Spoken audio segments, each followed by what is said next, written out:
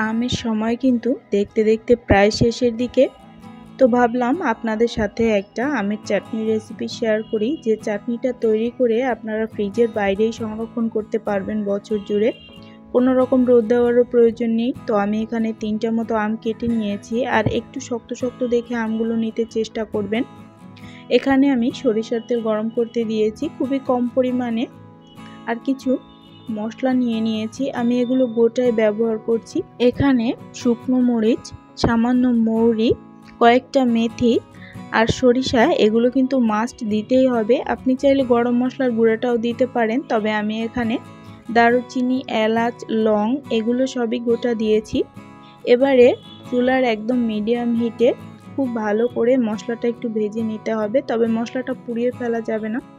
এ পর্যায়ে আমি আমগুলো দিয়ে দিচ্ছি।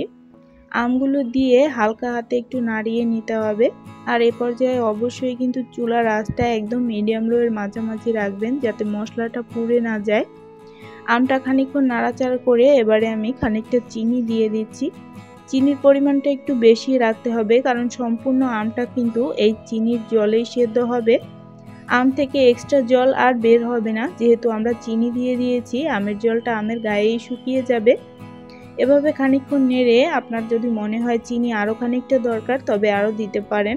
আমি এখানে আরও হাফ কাপ মতো চিনি অ্যাড করব, তবে সেটা পরে দিব, একবারেই আমি চিনিটা দিচ্ছি না। যদি প্রয়োজন না হয় তাহলে আমি অ্যাড করব না।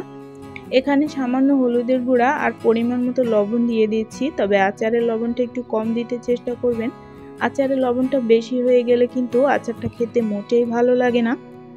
এবারে মিডিয়াম টু লো হিটে রেখে ধীরে ধীরে চিনিটা গলিয়ে নিতে হবে। আপনার কাছে যদি চুলার হিটটা বেশি মনে হয় তাহলে একদম লো করে দিতে পারেন।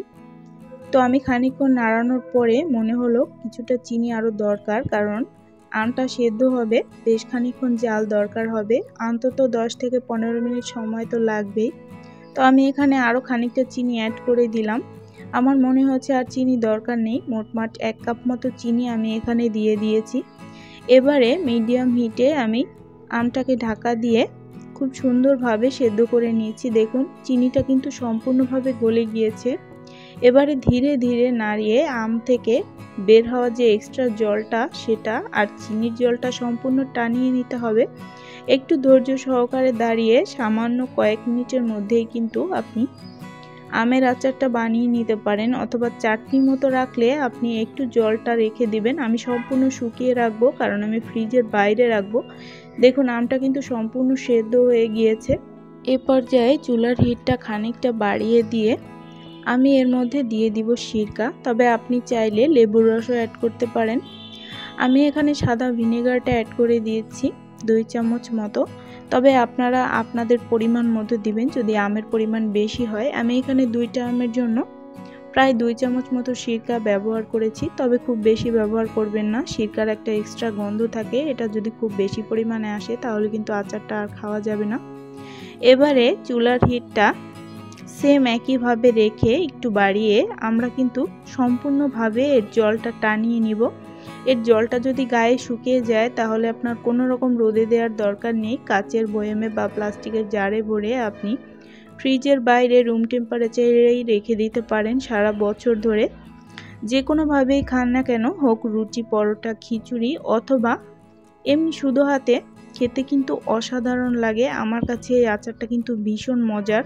আমি এভাবে চাটনি বানিয়ে রেখে দেই সারা বছর খাওয়ার জন্য, তবে এবছর আর সেটা হয়নি, কারণ আমার ভাই এসেছিল, ও এই আমের চাটনিটা ভীষণ পছন্দ করে, আর যতটুকু ছিল সবটাই একদম কৌটা পরিষ্কার করে খেয়ে গেছে।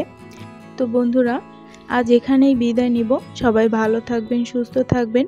ভিডিওটি কেমন লাগলো অবশ্যই কমেন্ট করে জানাতে ভুলবেন না। ধন্যবাদ সবাইকে।